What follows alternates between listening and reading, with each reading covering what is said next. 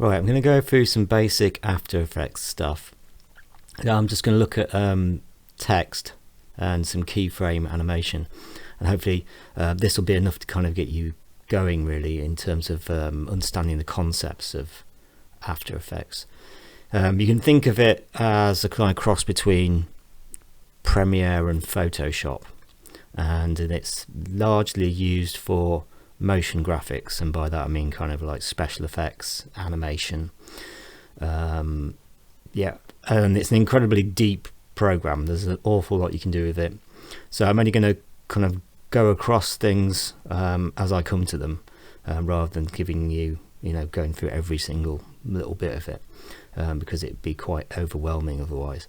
So once you've opened After Effects up, you go to New Project, and you'll be introduced to this interface. It's quite similar to Premiere in many ways. So you've got a timeline at the bottom part of the screen here.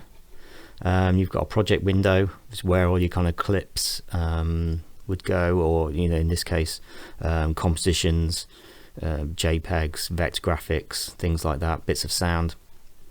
This window here is the main composition window. You can think of this like your kind of canvas or sheet of paper in Photoshop. And then you've got a whole host of menu bars and toolbars, etc.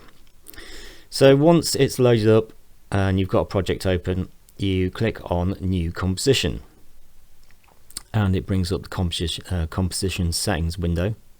So you can give it a name, which is always useful. And then it's got its parameters or settings. So if you click on the preset thing here, this little menu bar, then it gives you all the sort of standard kind of settings. Mainly you'll be working in HDV, HDTV, kind of 720 or 1080. It'll go up to like 4K if your computer can handle that. For today I'm just going to work in 720, 25 frames a second, just to make life easier. If you look here at this part of the menu, then you've got duration. Now generally in After Effects you'll be working with small duration clips, sort of anything to about 30 seconds. I have worked on stuff that's like an hour long and it takes forever to render, and the file size was ginormous. So mainly speaking, you'll be doing small things, small clips. The default setting is 30 seconds, and that's fine for now. So let's click on OK. So now we have our blank composition. So it's this black box, and we can begin populating it. I'm going to create a text layer, and the way we do that is you go to Layer up at the top here, this menu bar at the top, Layer, New, and you get a list of different types of layer you can make. And we're going to create a text layer, and we get a cursor, it turns to a sort of text cursor, and there's a little red line showing us where the text will be. So obviously this is useful for creating credits and idents and stuff like that. So I'm just going to type something in. There we go. And if you're familiar with working with text in word processing software or Photoshop, it's very sort of similar. So you can click and drag over it. And then if we go to the little menu bars at the side here, we've got a dialog box here that says character, and this contains all the things you'll be familiar with. So you can select the font. Let's get a font. Oh wow, look at that, retro. Yeah, you can change the color, nice green there. Oh, I've lost my character window. This is a good thing to be aware of. If you ever lose a window, or the sort of the way it's set up seems odd and you can't find what you're working on, you can go to Window, Workspace, and reset all panels to saved layout. And if you do that, it goes back to how it was to begin with. Okay, so we can find, if we scroll down here, we can find the character one again. Let's click and drag. You can change the size, alignment, all that kind of stuff. And if we look at the bottom here in our the sort of composition layers and the timeline, it's very similar to Premiere here. You can drag that along. You can see it's going on. We got a 30-second composition. We can zoom in and out using this little control here. You can go right into the frames and out again. And we've got a layer here, which is our text layer, which tells us that because it's got a little T on it. And what we're interested in doing next is looking at the text layer properties. If we go down to our text layer, and just by the little square, you can see a little arrow pointing. If you click on that, it brings down the properties for that layer.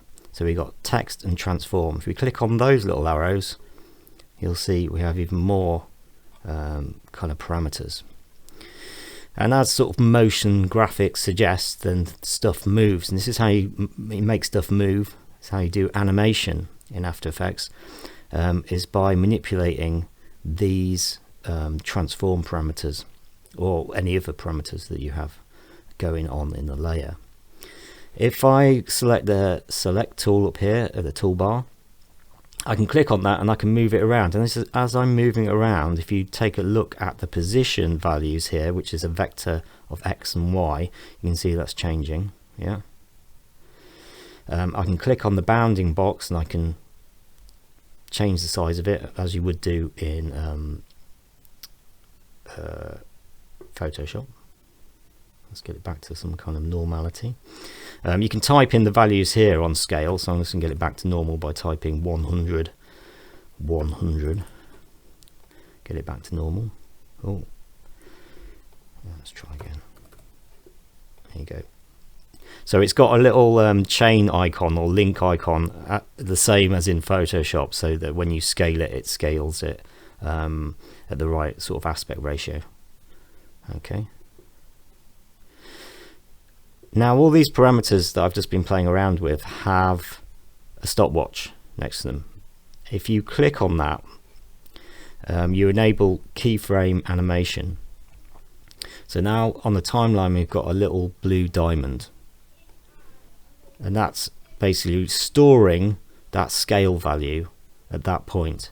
Now if I set that scale value to 0, I'm just going to type it in so it disappears completely. I can then move it along on the timeline. I'm going to take up to 2 seconds, and then I'm going to increase the scale. So now I have these two values, 95% and 0. And if I move the play bar through, you can see it's ramping, scaling the text up. If I press spacebar, it plays that, and that's the first piece of animation we've done. Now you'll notice when it's scaling from this point here, the little crosshairs. This is the anchor point, and any transformation that you do will take place or relative to that point. So if I move the anchor point now kind of over here, then you can see it's scaling from relative to that point. So if I want to scale from the center of the text, let's just move it back to here, then I need to position the anchor point in the middle of our text. So let's move it so it's roughly at the middle, and then I'm going to reposition it into the center again. If you click on this little button here, choose grid and guide options, and you click on title safe, and then you can put in guides and things like that as you would do as rulers as well, similar to Photoshop if you've ever done that. So I can, if I click and drag, I can put in guides to help me center that if I want to. You can use the arrow keys to move it in smaller increments. I'm just going to take that off now and take guides off. Okay, so now it zooms in. So any parameter that has a stopwatch can be animated. So over here we've got rotation, so we can make it spin as well. So I'm going to click on the rotation, I'm going to move it along, and then I'm going to put in another keyframe by clicking on the little diamond. So I've got 2 now, and I'm going to take it all the way to here, and I'm going to type in 1, so it does 1 full rotation. So if I play it now, it'll zoom in a bit and spin round. Now the distance between those points is obviously how quick it happens. So if I were to, what I'm going to do is just make it kind of quickly kind of enlarge. So let's put in another point there. I'm going to move on very slightly, increase the scale, move on a bit more, and then scale it back down again. So it should quickly sort of zoom and expand. There you go. I'm also going to change the opacity. So I'm going to click a stopwatch there. So the opacity is set 100 there, and then I'm going to set it to nothing so it fades out. So what I've done is made some text, zoom in, spin round, bulge, and then fade out. And that's basically a lot of what you'll be doing in After Effects in terms of animation. The next procedure after that, once you've got that, is what we need to do is render this out. Because what we're looking at at the moment is a preview. So on the timeline you can see a sort of blue bar. Yeah, this is the work area. If I drag that in, so it's just on that area that's got the animation in. If I go to preview, where's it gone? Preview. Oh, let's go in here. So for some reason it's not set up to show that, so I'm going to click on preview. There we go. So now I've got my preview window, and I press play on that. Now you can see that green bar. It means it's rendering those frames. Yeah, and it'll just keep playing through the animation. If you had sound on that, it would also play the sound. So if we're happy with that, then what we need to do is go to composition and add to render queue. So we click on that, and this brings up the render queue window, and we have output mode, lossless. We'll just leave it like that for now. Important thing to do is name it and be aware of where it's going. So the blue text here that tells you the output, so the name of it, the AVI. So I'm going to save it in here. Let's call it text1. Click on save, and then we click on render, and it will render the frames. It's rendered the frames. Let's have a look at the frames. So if I go in there here now, there we go, text1 AVI. Wow, thing of beauty. And that's basically it. So have a go at that yourself and familiarize yourself with those concepts.